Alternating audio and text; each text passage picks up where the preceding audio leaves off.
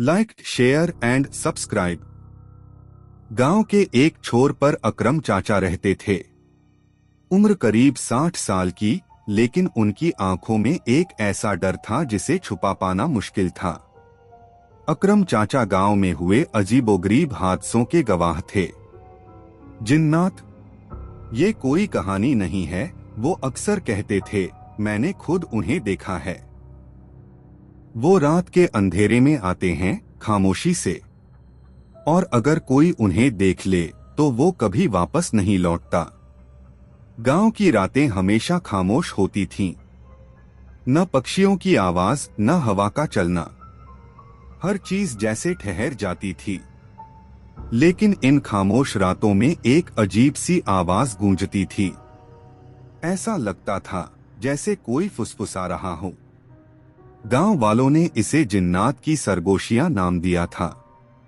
इस गांव में अफशा नाम की एक लड़की अपनी मां के साथ रहती थी। अफशा शहर से पढ़ाई पूरी करके गांव लौटी थी। उसे इन कहानियों पर यकीन नहीं था। ये सब सिर्फ डर फैलाने की बातें हैं, अफशा ने अपनी मां से कहा। बेटा, कुछ बातें ऐसी होती हैं जिन्हें समझने के लिए तर्क नहीं, अनुभव चाहिए, उसकी मां ने चेतावनी दी। अफशा ने एक रात अकेले जंगल जाने की ठानी। उसने सोचा कि वो सबूत लेकर आएगी कि ये सब झूठ है। गांव के लोग उसे मना करते रहे, लेकिन वो नहीं मानी। उस रात चांदनी साफ थी, लेकिन जंगल में घुसते ही सब कुछ बदल गया। ऐसा लग रहा था कि पेड़ भी किसी अनजाने डर से कांप रहे हों। हवा जैसे थम गई थी। अफशा ने अपनी टॉर्च जलाई और आगे बढ़ने लगी। तभी उसे एक अजीब सी गंध महसूस हुई। ये गंध मिट्टी की नहीं थी, बल्कि सड़े हुए मांस की तरह थी। उसने सोचा कि शायद किसी जानवर का शव होगा। तभी उसने सुना सरसराहट, जैसे कोई उसके पीछे आ रहा हो। उसने पलटकर देखा, लेकिन वहां कोई नहीं था। कौन है? अफशा ने पूछा, लेकिन जवाब में सिर्फ खामोशी थी। कुछ ही पल बाद उसने देखा कि एक परछाई उसके करीब आ रही है। वो इंसानी शक्ल की थी, लेकिन उसकी आंखें चमक रही थीं। वो परछाई अफशा के करीब आई। तुम यहाँ क्यों आई हो? एक गहरी, खौफनाक आवाज गूंजी। अफशा ने डरते हुए पूछा, तुम कौन हो? मैं वो हूँ जिसे लोग जिन्नात कहते हैं। अफशा ने भागने की कोशिश की, लेकिन उसके पैर जैसे जम गए। परछाई ने अपना हाथ बढ़ाया और अफशा बेहोश होकर गिर पड़ी। अगले दिन अफशा अपने घर पर थी। उसे कुछ याद नहीं आ रहा था कि वो जंगल से कैसे वापस आई। उसकी मां ने उसे समझाया, तुझे वहां नहीं जाना चाहिए था। लेकिन अफशा के चेहरे पर कुछ बदलाव सा था। उसकी आंखों में अजीब सी चमक थी। गांव के लोग कहते थे कि जिन्नात जिसे छू ले वो कभी पहले जैसा नहीं रहता। अफशा को अब अजीब अजीब सपने आते थे।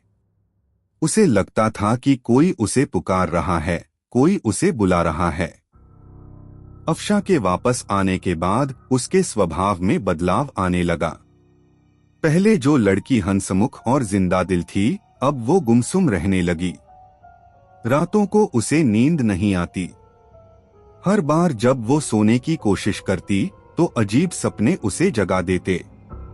सपनों में वही परछाई नजर आती, उसकी आंखों में जलती हुई आग, और उसकी आवाज में ऐसा असर कि अफशा की सांसें थम जाती। तुम वापस आओगी, तुम्हें आना ही होगा। ये शब्द उसकी नींद में गूंजते रहते। गांव के लोगों को भी अफशा के घर के आसपास अजीब घटनाएं महसूस होने लगी। रात के वक्त लोग कहते थे कि उसके घर से किसी के जोर से बात करने की आवाजें आती थीं। लेकिन जब कोई देखने जाता तो वहां कुछ नहीं होता। गुलाम चाचा, जो उसके घर के पास रहते थे, ने कहा, रात को मैंने देखा कि उसकी खिड़की से एक काली परछाई बाहर निकली। वो परछाई इंसान की तरह नहीं थी, उसकी चाल बहुत अजीब थी। गांव वालों ने अफशा और उसकी मां को चेताया, ये जिन्नात का काम है, तुम्हें इस घर को छोड़ देना चाहिए। लेकिन अफशा की मां ने ये बात टाल दी। वो मानने को तैयार नहीं थी कि ऐसा कुछ हो सकता है। अफशा के साथ अब हर दिन कुछ न कुछ अजीब घटित होने लगा। एक रात उसने अपनी मां से कहा, अम्मी, कोई मेरे कमरे में आता है। जब मैं सोती हूं तो मुझे लगता है कि कोई मुझे देख रहा है। उसकी मां ने कहा, बेटा, ये तेरा वहम है, अल्लाह का नाम ले और सो जाया कर। लेकिन वो वहम नहीं था। अफशा की अलमारी अपने आप खुलने लगी। बिस्तर के पास रखी पानी की बोतल रात के वक्त अचानक गिर जाती। कभी कभी उसे महसूस होता कि कोई उसके बालों को छू रहा है। अफशा ने इन चीजों से परेशान होकर अपनी दोस्त नाजिया से बात की। नाजिया, जो एक समझदार और तार्किक लड़की थी, ने कहा, तुझे डरने की जरूरत नहीं है, ये सब बस दिमाग का खेल है। चल, मैं तेरे साथ एक रात तेरे घर पर रुकती हूँ, हम दोनों मिलकर इसका सामना करेंगे। नाजिया उसी रात अफशा के घर रुक गई। रात के करीब 2 बजे जब दोनों बातें कर रही थीं, अचानक बिजली चली गई।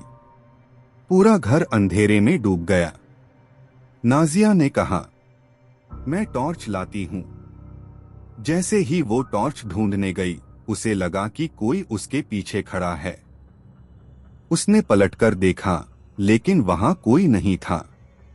तभी एक भारी आवाज गूंजी, यहां से चली जाओ, ये जगह तुम्हारे लिए नहीं है।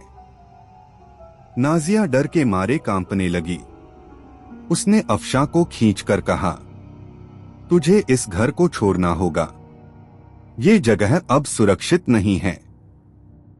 अगले दिन नाजिया ने गांव के बुजुर्ग अकरम चाचा से बात की। चाचा, ये सब क्या हो रहा है? अफशा के घर में कुछ अजीब हो रहा है। अकरम चाचा ने गहरी सांस ली और बोले, ये सब उस जंगल से जुड़ा है। वो जगह शापित है, वहां जिन्नात का बसेरा है। कई साल पहले एक लड़की ने वहां जाने की कोशिश की थी। वो कभी वापस नहीं आई, और जो लोग उसे ढूंढने गए, उनमें से कई लोग पागल हो गए। नाजिया ने पूछा, तो हम क्या करें? अकरम चाचा ने कहा, जिन्नात से बचना आसान नहीं है। वो जिसे चाहते हैं उसे अपना बना लेते हैं। अफशा ने उनकी सीमा पार की है, अब वो उसे कभी नहीं छोड़ेंगे।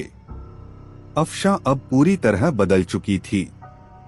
उसकी आंखों के नीचे गहरे काले घेरे बन गए थे। वो घंटों अपने कमरे में बंद रहती। एक रात नाजिया ने उसे कमरे में अकेले देखा।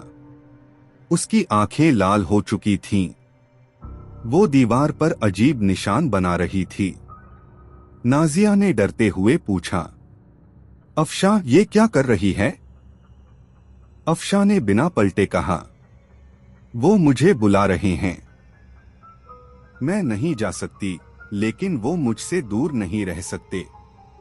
नाजिया ने घबराकर वहां से भागने की कोशिश की, लेकिन कमरे का दरवाजा अपने आप बंद हो गया। अब कोई यहां से नहीं जा सकता। अफशा की आवाज बदल चुकी थी। उसकी आवाज में ऐसा असर था जैसे किसी और की आत्मा उसमें समा गई हो। नाजिया ने अगले दिन गांव वालों को सारी बात बताई। पूरे गांव में डर का माहौल बन गया। किसी को समझ नहीं आ रहा था कि क्या किया जाए। गुलाम चाचा ने कहा, हमें पूरे गांव के साथ दुआ करनी होगी, अल्लाह से मदद मांगनी होगी। जिन्नात को हराने का दूसरा कोई तरीका नहीं है। गांव वालों ने मस्जिद में इकट्ठा होकर दुआ की। लेकिन जैसे जैसे दिन बीतते गए, अफशा की हालत और बिगड़ने लगी। गांव में दुआओं का सिलसिला जारी था, लेकिन अफशा की हालत में कोई सुधार नहीं हो रहा था। हर दिन उसका व्यवहार और अजीब होता जा रहा था। वो कभी कभी घंटों दीवार की ओर देखती रहती, तो कभी अपने आप से बातें करने लगती। उसकी आवाज बदल चुकी थी। अब उसमें एक अजीब सी खुरदरी गहराई थी, जैसे किसी और का वजूद उसमें बोल रहा हो। एक रात अफशा की माँ ने उसे कमरे में अकेले देखा। अफशा बिस्तर पर बैठी थी, लेकिन उसकी आंखें पूरी तरह से सफेद थीं, पुतलियां गायब। वो किसी अनजान भाषा में बड़बड़ा रही थी। तुम कौन हो? मेरी बेटी को छोड़ दो, उसकी माँ ने रोते हुए कहा। अफशा ने अपनी माँ की तरफ देखा और एक कुटिल मुस्कान दी। ये तुम्हारी बेटी अब हमारी है। तुम इसे बचाने की कोशिश मत करो, वरना अंजाम बुरा होगा। गांव के बुजुर्गों ने कहा, जिन्नात से निपटना आसान नहीं है। वे बहुत शक्तिशाली होते हैं, लेकिन उनका बस उन पर चलता है जो कमजोर दिल के होते हैं। अकरम चाचा ने एक पुरानी कहानी सुनाई। कई साल पहले इसी गांव में एक और लड़की पर जिन्नात का साया हुआ था। वो लड़की भी उन्हीं जंगलों में गई थी। उसका परिवार उसे बचाने के लिए हर संभव कोशिश करता रहा, लेकिन आखिर में उसे अपनी जान देकर मुक्ति मिली। जिन्नात के साथ मुकाबला करना किसी के लिए आसान नहीं है। गांव वालों ने तय किया कि इस बार वो अफशा को जिन्नात के चंगुल से छुड़ाने के लिए पूरी ताकत लगा देंगे। गुलाम चाचा ने सुझाव दिया कि अफशा को मस्जिद में लाया जाए। मस्जिद अल्लाह का घर है। यहाँ जिन्नात का कोई जोर नहीं चलता। अगर उसे यहाँ लाया गया तो शायद वो उससे दूर हो जाएं। अफशा को मस्जिद लाने का फैसला किया गया, लेकिन जैसे ही लोग उसे मस्जिद ले जाने लगे, अफशा जोर से चीखने लगी, नहीं, मुझे वहां मत ले जाओ, मैं जल जाऊंगी, मुझे छोड़ दो। उसकी चीखें इतनी डरावनी थीं कि गांव के कई लोग पीछे हट गए, लेकिन नाजिया और गुलाम चाचा ने हिम्मत नहीं हारी। मस्जिद में पहुंचते ही अफशा का शरीर कांपने लगा। वो जमीन पर गिर पड़ी और तड़पने लगी। उसके मुंह से अजीब अजीब आवाजें निकलने लगीं, जैसे कोई और उसकी जगह बोल रहा हो। तुम हमें यहाँ क्यों लाए? ये हमारी जगह नहीं है।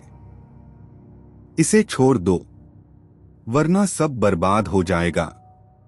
गांव के मौलवी साहब ने दुआएं पढ़नी शुरू की। जैसे जैसे दुआएं बढ़ती गईं, अफशा की हालत और बिगड़ने लगी। उसका शरीर ऐंठने लगा। उसकी आंखों से खून की बूंदें टपकने लगीं। अचानक उसकी आवाज बदल गई। अब उसकी जगह एक भारी पुरुष की आवाज आ रही थी। तुम लोग हमें यहाँ से जाने के लिए मजबूर नहीं कर सकते। ये लड़की अब हमारी है। मौलवी साहब ने कहा, अल्लाह की रहमत हर चीज पर भारी है। हम तुम्हें इस लड़की को छोड़ने पर मजबूर करेंगे। अफशा ने जोर से चीखते हुए कहा, तुम्हें इसका खामियाजा भुगतना पड़ेगा। उस रात मस्जिद के चारों ओर अजीब अजीब घटनाएं होने लगीं। हवा अचानक तेज चलने लगी। ऐसा लग रहा था जैसे कोई अदृश्य शक्ति वहां मौजूद है। मस्जिद की लाइटें अपने आप बुझने और जलने लगीं। मौलवी साहब ने सभी से कहा कि वो डरे नहीं और दुआ पढ़ते रहें। तभी अफशा ने आंखें खोलीं। उसकी आंखों में अब एक अजीब सी चमक थी। उसने धीमी लेकिन खतरनाक आवाज में कहा, अगर तुमने हमें यहाँ से जाने पर मजबूर किया तो हम पूरे गांव को अपनी तबाही में ले जाएंगे। ये हमारी आखिरी चेतावनी है। मौलवी साहब ने पूरे गांव वालों से कहा कि वो अल्लाह पर यकीन रखें। जिन्नात अल्लाह की मर्जी के बिना किसी को नुकसान नहीं पहुंचा सकते। हमें सिर्फ अपने ईमान को मजबूत रखना है। दुआ का असर धीरे धीरे दिखने लगा। अफशा का शरीर शांत हो गया। वो अब बिना हिले डुले लेटी हुई थी, लेकिन उसके मुंह से अब भी धीमी धीमी फुसफुसाहटें सुनाई दे रही थीं। गुलाम चाचा ने पूछा, क्या ये जिन्नात अब चले गए? मौलवी साहब ने कहा, नहीं, अभी उनका असर पूरी तरह खत्म नहीं हुआ है। हमें लगातार दुआ करनी होगी। ये लंबी लड़ाई है। गांव में तनाव बढ़ता जा रहा था। मस्जिद में की गई दुआओं के बावजूद जिन्नात पूरी तरह से पीछे नहीं हटे थे। अफशा को मस्जिद में लाने के बाद कुछ समय के लिए सब ठीक लग रहा था, लेकिन अब गांव पर जैसे एक अजीब सी मायूसी और डर का माहौल छा गया था। रातें और खौफनाक होती जा रही थीं।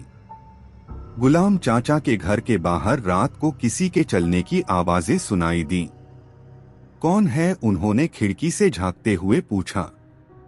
जवाब में सिर्फ सन्नाटा था, लेकिन अगले ही पल एक पत्थर उनकी खिड़की पर जोर से लगा। जब उन्होंने दरवाजा खोला तो देखा कि दरवाजे के बाहर मिट्टी पर एक बड़ा अजीबोगरीब निशान बना हुआ था। वो निशान किसी इंसान का नहीं था। गुलाम चाचा डरकर जल्दी से अंदर चले गए और दरवाजा बंद कर लिया। उनके मन में ये साफ हो गया था कि जिन्नात ने गांव वालों को डराने की ठानी है। अफशा के शरीर में जैसे एक युद्ध चल रहा था। उसकी आत्मा अब भी अपनी जगह पर थी, लेकिन जिन्नात का कब्जा उस पर हर दिन और मजबूत होता जा रहा था। वो कभी कभी अचानक जोर से चिल्लाने लगती, मुझे जाने दो, मुझे अकेला छोड़ दो। उसकी माँ और नाजिया उसे पकड़कर शांत करने की कोशिश करती, लेकिन वो इतनी ताकतवर हो जाती कि उनकी पकड़ से छूट जाती। एक रात जब अफशा को नींद नहीं आ रही थी, उसने अपने अंदर किसी और की मौजूदगी को साफ महसूस किया। उसकी आंखें बंद थीं, लेकिन वो देख सकती थी कि उसके आसपास कई परछाइयां खड़ी हैं।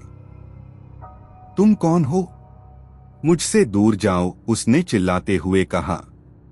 उन परछाइयों में से एक ने गहरी, डरावनी आवाज में कहा, तुम्हारा अस्तित्व अब हमारा है। जितना तुम हमसे भागने की कोशिश करोगी, उतना ही हम तुम्हारे करीब आएंगे। अफशा ने महसूस किया कि वो परछाइयां उसकी आत्मा को खींचने की कोशिश कर रही थीं। उसने पूरी ताकत से खुद को बचाने की कोशिश की, लेकिन वो जागते हुए भी पूरी तरह से अपने शरीर पर नियंत्रण खो रही थी। गांव के कुछ लोग, जिनमें नाजिया और अकरम चाचा शामिल थे, ने तय किया कि वो उस जंगल में जाकर उस जगह की सच्चाई जानेंगे जहां अफशा पहली बार गई थी। अगर हमें अफशा को बचाना है तो हमें उस जगह के बारे में सब कुछ जानना होगा, नाजिया ने कहा। गुलाम चाचा ने उन्हें चेतावनी दी, जंगल में जाने का मतलब है अपनी जान को खतरे में डालना। जिन्नात तुम्हें वहां पहुंचने से रोकेंगे। लेकिन नाजिया और अकरम चाचा अड़े रहे। वो रात के अंधेरे में जंगल की ओर निकल पड़े। जंगल में पहुंचते ही उन्हें महसूस हुआ कि वहां का माहौल किसी आम जगह जैसा नहीं था। हवा में एक अजीब सी ठंडक थी। पेड़ जैसे किसी अनजान डर से कांप रहे थे। तभी उन्हें एक आवाज सुनाई दी जो किसी इंसान की नहीं लग रही थी। तुम्हें यहाँ नहीं आना चाहिए था, लौट जाओ वरना। अकरम चाचा ने डरते हुए कुरान की आयत पढ़ना शुरू कर दिया। आवाज अचानक गायब हो गई, लेकिन ऐसा लगा जैसे कई आंखें उन्हें घूर रही हों। जंगल के अंदर उन्होंने एक पुरानी टूटी फूटी झोपड़ी देखी। झोपड़ी के पास जमीन पर अजीब अजीब आकृतियां बनी हुई थीं। उन आकृतियों में कुछ ऐसी चीजें थीं जिन्हें देखकर नाजिया का दिल जोर जोर से धड़कने लगा। ये सब क्या है? उसने पूछा। अकरम चाचा ने कहा, ये जिन्नात के वजूद की निशानियां हैं। यहाँ कोई ताकतवर जिन्न रहता है जिसने अफशा को अपना निशाना बनाया है। जंगल से वापस लौटते समय नाजिया और अकरम चाचा पर हमला हुआ। पेड़ हिलने लगे और अचानक हवा इतनी तेज हो गई कि वो खड़े भी नहीं रह सके। उन्हें महसूस हुआ कि कोई अदृश्य ताकत उन्हें रोकने की कोशिश कर रही है। तभी एक डरावनी परछाई उनके सामने प्रकट हुई। तुमने हमारी जगह पर कदम रखा है, अब इसकी सजा मिलेगी। नाजिया ने हिम्मत जुटाकर कहा, हम तुम्हें चुनौती देने नहीं आए, हम सिर्फ अपनी दोस्त को बचाना चाहते हैं। परछाई जोर से हंसने लगी। जिसे हम अपना बना लेते हैं उसे कोई बचा नहीं सकता। अगर तुमने उसे छुड़ाने की कोशिश की तो तुम्हारा अंत भी वही होगा। अकरम चाचा ने अपनी जेब से एक छोटी सी कुरान निकाली और आयतें पढ़ने लगे। परछाई कुछ पल के लिए कांपी लेकिन फिर गायब हो गई। अगले दिन नाजिया ने अफशा से बात करने की कोशिश की। अफशा ने धीरे से कहा, वो मुझे छोड़ने के लिए तैयार हैं, लेकिन उनके पास एक शर्त है। नाजिया चौंक गई। कैसी शर्त? अफशा ने आंखों में डर और बेबसी लिए जवाब दिया, उन्हें किसी और की आत्मा चाहिए। अगर हम उन्हें किसी और को सौंप दें तो वो मुझे छोड़ देंगे। ये सुनकर नाजिया के होश उड़ गए। उसने गुस्से में कहा, हम ऐसा कभी नहीं करेंगे। किसी और की जान लेकर तुम्हें बचाना पाप है। अफशा के चेहरे पर अचानक एक डरावनी मुस्कान आ गई। तुम्हारे पास और कोई रास्ता नहीं है। या तो उनकी शर्त मान लो या सब खत्म हो जाएगा। अफशा की हालत हर दिन बिगड़ती जा रही थी। उसके चेहरे पर अब पहले जैसी मासूमियत नहीं थी। उसकी आंखों में एक अजीब सी क्रूरता थी। कभी कभी वो जोर जोर से हंसने लगती तो कभी पूरी रात अपने कमरे की दीवारों पर खरोंचे मारती रहती। उसकी माँ, जो अब तक हिम्मत बनाए हुए थीं, पूरी तरह टूट चुकी थीं। नाजिया ने अपने दोस्तों और गांव के बुजुर्गों से कहा, हमें अफशा को बचाने के लिए कुछ करना ही होगा। हम जिन्नात की शर्त नहीं मान सकते, लेकिन हमें किसी और रास्ते की तलाश करनी होगी। गुलाम चाचा ने एक गहरी सांस लेते हुए कहा, अल्लाह पर भरोसा रखो। जिन्नात की मर्जी के खिलाफ लड़ने के लिए हमें अपने ईमान को मजबूत करना होगा। उनकी चाल हमें डराने और भ्रमित करने की है। एक दिन गांव में एक अनजान आदमी आया। वो लंबा और दुबला-पतला था। उसकी दाढ़ी सफेद थी और उसके चेहरे पर गहराई से झुर्रियां थीं। उसने गांव के बुजुर्गों से मुलाकात की और कहा, मेरा नाम अब्दुल करीम है। मैंने सुना है कि आपके गांव में जिन्नात का प्रकोप है। मैं उनकी चालों और उनकी दुनिया के बारे में थोड़ा बहुत जानता हूँ। अगर आप चाहें तो मैं आपकी मदद कर सकता हूँ। गांव वाले उसे देखकर थोड़ा शक में पड़ गए। गुलाम चाचा ने पूछा, तुम्हें ये सब कैसे पता? अब्दुल करीम ने गंभीरता से कहा, मैंने अपनी जिंदगी के कई साल जिन्नात और उनकी दुनिया को समझने में लगाए हैं। मैंने ऐसे कई मामले देखे हैं। मुझे यकीन है कि अगर आप मेरा भरोसा करें तो मैं आपकी मदद कर सकता हूं। गांव वालों के पास और कोई चारा नहीं था। उन्होंने अब्दुल करीम को अफशा से मिलने की इजाजत दी। अब्दुल करीम ने अफशा को देखा और उसकी हालत का जायजा लिया। उसने गांव वालों को बुलाकर कहा, ये मामला बहुत गंभीर है। ये जिन्न कोई आम जिन्न नहीं है। ये सुलेमान जिन्न के नाम से जाना जाता है। ये बेहद शक्तिशाली हैं और अपनी बात मनवाने के लिए किसी भी हद तक जा सकते हैं। गुलाम चाचा ने पूछा, तो अब हमें क्या करना चाहिए? अब्दुल करीम ने कहा, सबसे पहले हमें ये जानना होगा कि अफशा के साथ ऐसा क्यों हुआ। ये जिन्न अचानक क्यों आए? उन्हें इस लड़की से क्या चाहिए? नाजिया ने कहा, अफशा ने बताया था कि जब वो जंगल में गई थी तो वहां उसे कुछ अजीब सी आवाजें सुनाई दी। शायद जिन्न ने उसी वक्त उसे निशाना बनाया। अब्दुल करीम ने गंभीरता से कहा, जिन्नात बिना वजह किसी को निशाना नहीं बनाते। या तो उस जगह पर कोई ऐसी चीज थी जिसे छेड़ा गया, या फिर अफशा के अंदर कुछ ऐसा है जो जिन्नात को अपनी ओर खींच रहा है। हमें उस जंगल में जाकर सारी सच्चाई पता करनी होगी। अब्दुल करीम, नाजिया, अकरम चाचा और कुछ और गांव वाले मिलकर फिर से जंगल गए। उन्होंने झोपड़ी के पास की जमीन को ध्यान से देखा। वहां उन्हें एक छोटा सा गड्ढा दिखा जिसमें से कुछ चमकती हुई चीजें निकल रही थीं। जब अब्दुल करीम ने उसे ध्यान से देखा तो पता चला कि वो एक पुरानी ताबीज थी। ये ताबीज यहाँ क्यों है? नाजिया ने पूछा। अब्दुल करीम ने कहा, ये कोई साधारण ताबीज नहीं है। इसे खास तौर पर जिन्नात को बुलाने के लिए इस्तेमाल किया गया है। जिसने भी इसे यहाँ रखा उसने जानबूझकर जिन्नात को यहाँ बुलाया। गांव वालों के बीच खलबली मच गई। किसी ने हमारे ही गांव में ऐसा क्यों किया होगा? गुलाम चाचा ने गुस्से में कहा। अब्दुल करीम ने कहा, शायद किसी ने बदला लेने या अपनी ताकत बढ़ाने के लिए ऐसा किया हो।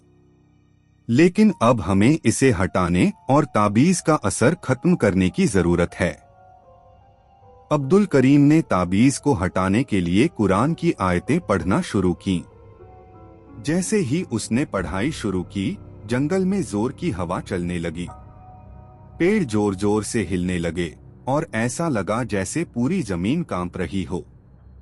तभी एक डरावनी आवाज जंगल में गूंजी, तुमने हमारी जगह छेड़ी है, इसका अंजाम बुरा होगा। अब्दुल करीम ने हिम्मत नहीं हारी। उसने लगातार आयतें पढ़ते हुए ताबीज को जमीन से निकाल लिया।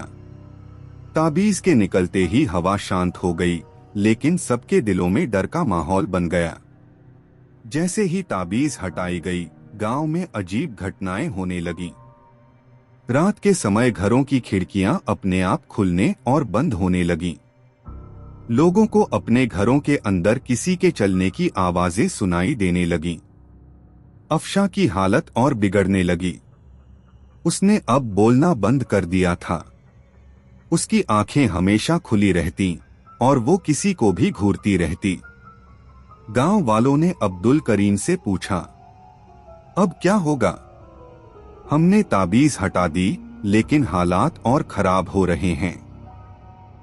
अब्दुल करीम ने कहा, ये उनकी आखिरी कोशिश है हमें डराने की। हमें अपना विश्वास बनाए रखना होगा और हर दिन दुआ करनी होगी। गांव में डर का साया और गहरा हो गया। रात के समय गांव के बीचों बीच अचानक से आग की लपटें उठने लगीं। लोग जब तक वहां पहुंचे तब तक आग अपने आप बुझ चुकी थी। किसी ने किसी को वहां आग लगाते नहीं देखा, लेकिन चारों तरफ एक अजीब सी गंध फैली हुई थी। अब्दुल करीम ने गांव वालों को समझाया, ये जिन्नात का गुस्सा है। उन्होंने हमें चुनौती दी है। अगर हम डर गए तो ये गांव तबाह हो जाएगा। हमें सब्र और हिम्मत से काम लेना होगा। गुलाम चाचा ने कहा, लेकिन हम कब तक ये सब सहन करेंगे? अफशा की हालत तो पहले से भी ज्यादा खराब हो चुकी है। क्या ये सब कभी खत्म होगा? अब्दुल करीम ने उन्हें दिलासा दिया, खत्म होगा, लेकिन हमें सबसे पहले ये जानना होगा कि जिन्नात की ताकत का असली स्रोत क्या है। हमें उस ताबीज को जलाकर नष्ट करना होगा, लेकिन उसके लिए खास तैयारी की जरूरत है। उस रात जब सब सोने की कोशिश कर रहे थे, अफशा अचानक बोलने लगी। उसकी आवाज बहुत गहरी और डरावनी थी। तुम लोग हमें चुनौती दे रहे हो। तुम नहीं जानते हम कौन हैं। ये गांव अब हमारा है। इसे छोड़ दो वरना अंजाम बहुत बुरा होगा। नाजिया ने उसे शांत करने की कोशिश की। अफशा, तुम ये सब मत बोलो। हम तुम्हें बचाने की कोशिश कर रहे हैं। लेकिन अफशा ने जोर से हंसते हुए कहा, अफशा अब तुम्हारे बीच नहीं है, वो हमारी है।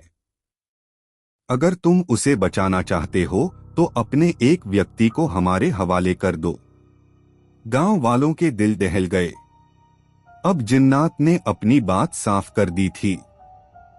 अगले दिन अब्दुल करीम ने सभी गांव वालों को मस्जिद में इकट्ठा किया। हमने ताबीज को हटाया, लेकिन अब इसे पूरी तरह से नष्ट करना होगा। इसे जलाने के लिए हमें दुआ और कुरान की मदद लेनी होगी। इस प्रक्रिया में हमें बहुत सतर्क रहना होगा, क्योंकि जिन्नात इसका विरोध करेंगे। गांव के सभी लोग सहमत हुए।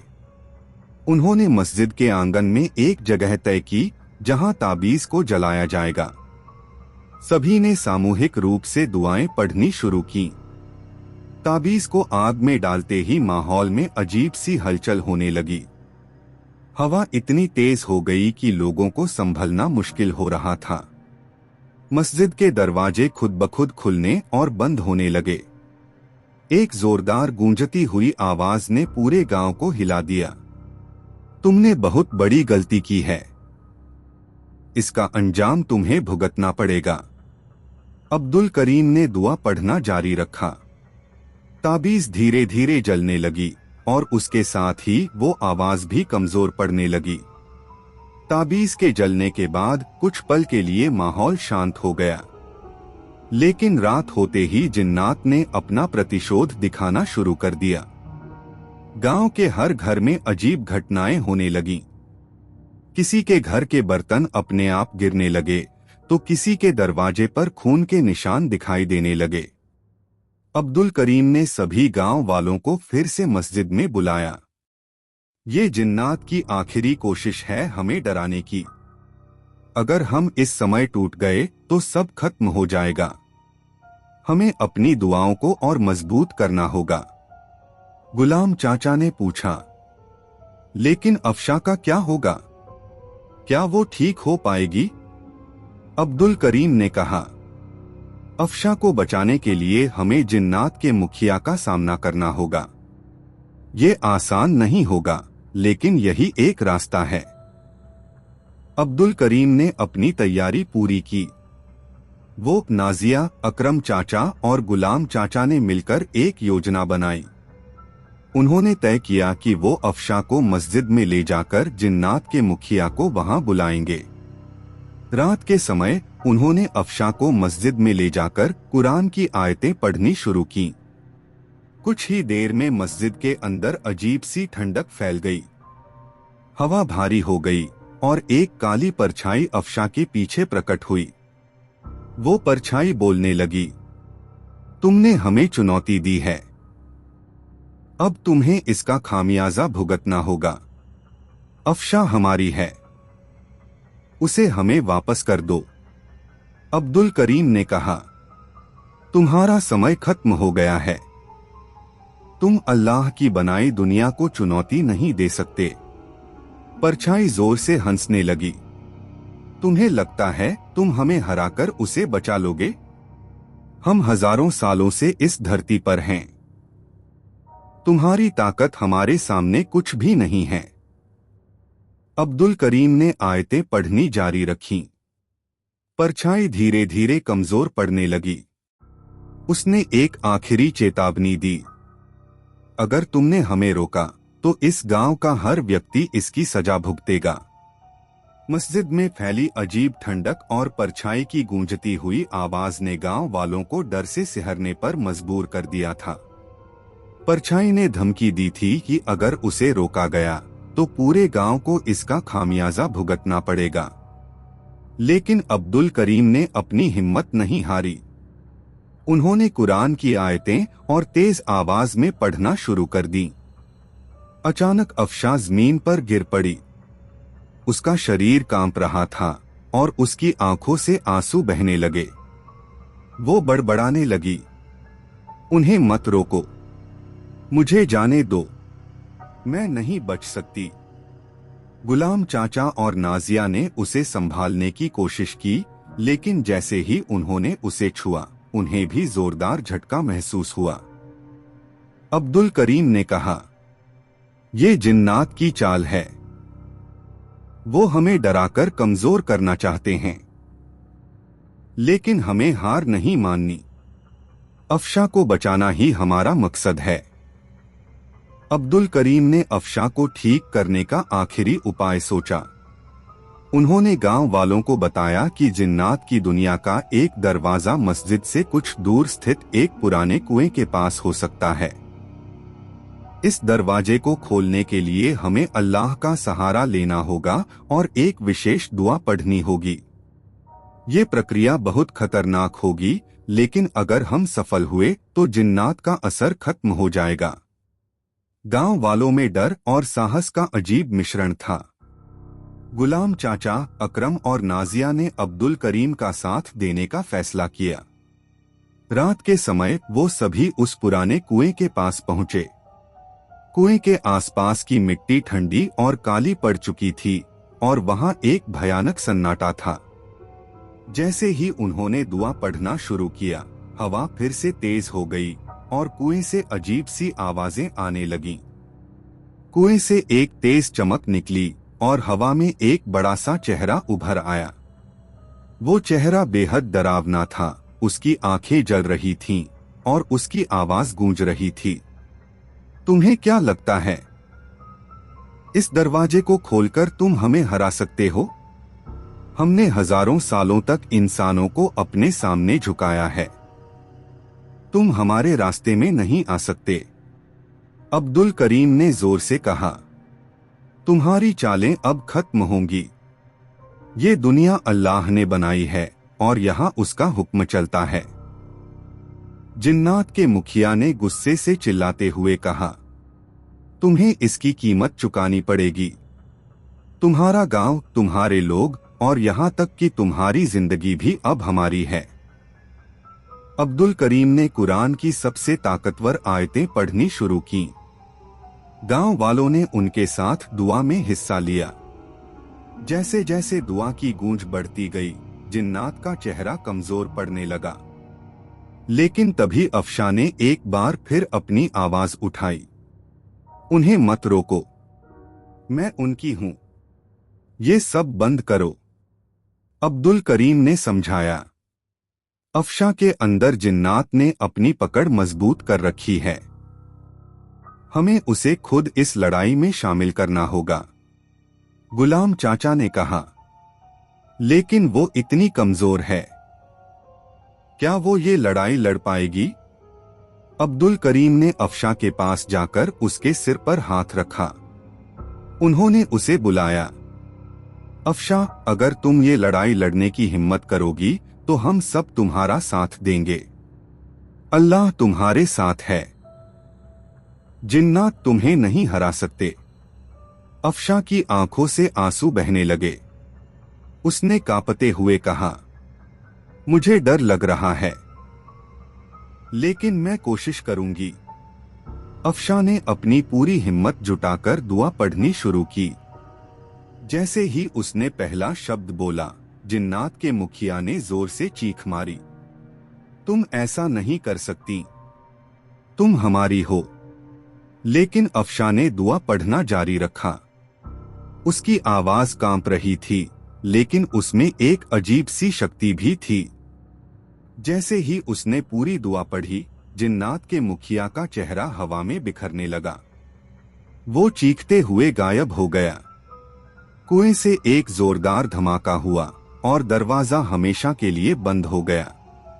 अगले दिन गांव में सवेरा हुआ तो सब कुछ शांत था। अफशा की हालत भी अब बेहतर हो रही थी। उसने पहली बार मुस्कुराते हुए कहा, मुझे ऐसा लग रहा है जैसे मैं किसी लंबे बुरे सपने से बाहर आई हूं। अब्दुल करीम ने गांव वालों को बताया, अल्लाह की मदद और आपकी दुआओं से हमने ये लड़ाई जीत ली। लेकिन हमें हमेशा अपनी ईमानदारी और नेक नियत को बनाए रखना होगा, ताकि कोई और जिन्नात इस गांव को अपना निशाना न बना सके। गांव वालों ने मिलकर मस्जिद को और मजबूत किया और अपनी दुआओं को रोजमर्रा का हिस्सा बना लिया। अफशा धीरे धीरे अपनी पुरानी जिंदगी में वापस लौट आई।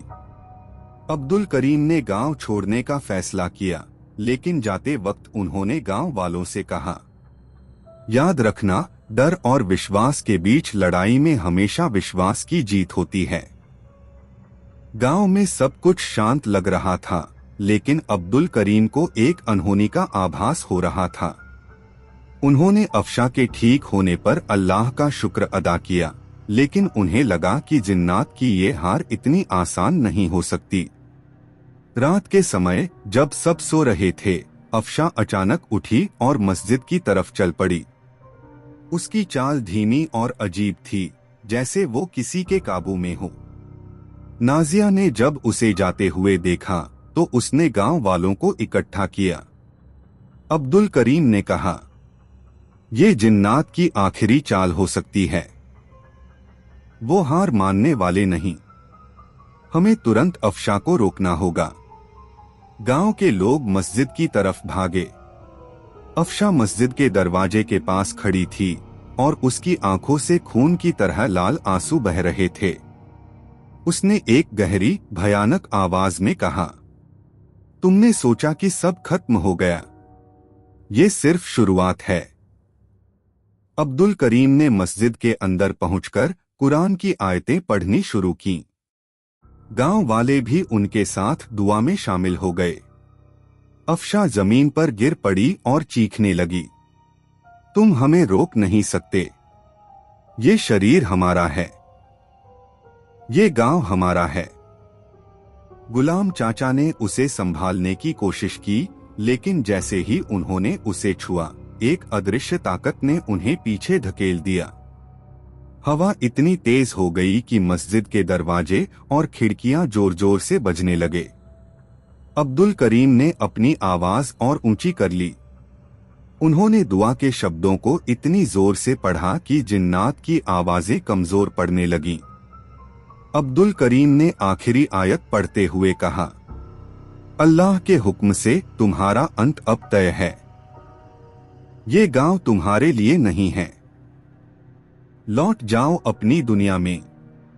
अचानक मस्जिद में एक तेज रोशनी फैल गई। अफशा की चीखें बंद हो गईं और वो बेहोश होकर गिर पड़ी।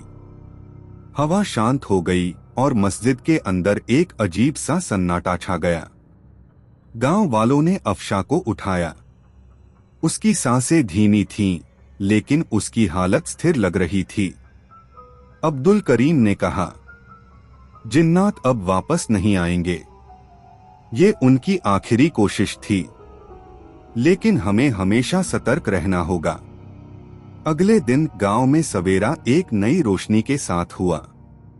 अफशा अब पूरी तरह से ठीक थी। उसने अब्दुल करीम और गांव वालों का शुक्रिया अदा किया। आप सबने मेरी जान बचाई। मैं कभी इस एहसान को नहीं भूल सकती। गुलाम चाचा ने कहा, अब इस गांव में कोई डर नहीं रहेगा। हम सबने मिलकर ये लड़ाई लड़ी है और ये हमारी जीत है। अब्दुल करीम ने गांव छोड़ने से पहले आखिरी बार गांव वालों को समझाया, याद रखें, डर हमेशा हमारे ईमान को कमजोर करता है। हमें हमेशा अपनी आस्था और हिम्मत को बनाए रखना होगा। यही हमारी असली ताकत है। गांव वालों ने उस पुराने कुएं को हमेशा के लिए बंद कर दिया। मस्जिद को और मजबूत किया गया और हर दिन वहां दुआएं होने लगीं। अफशा ने अपने अनुभव से सीखा कि आस्था और विश्वास से बड़ी कोई ताकत नहीं। वो गांव जो कभी जिन्नात के डर में जी रहा था, अब एक नई शुरुआत की तरफ बढ़ चला। जिन्नात का साया हमेशा के लिए मिट चुका था। Like, share and subscribe.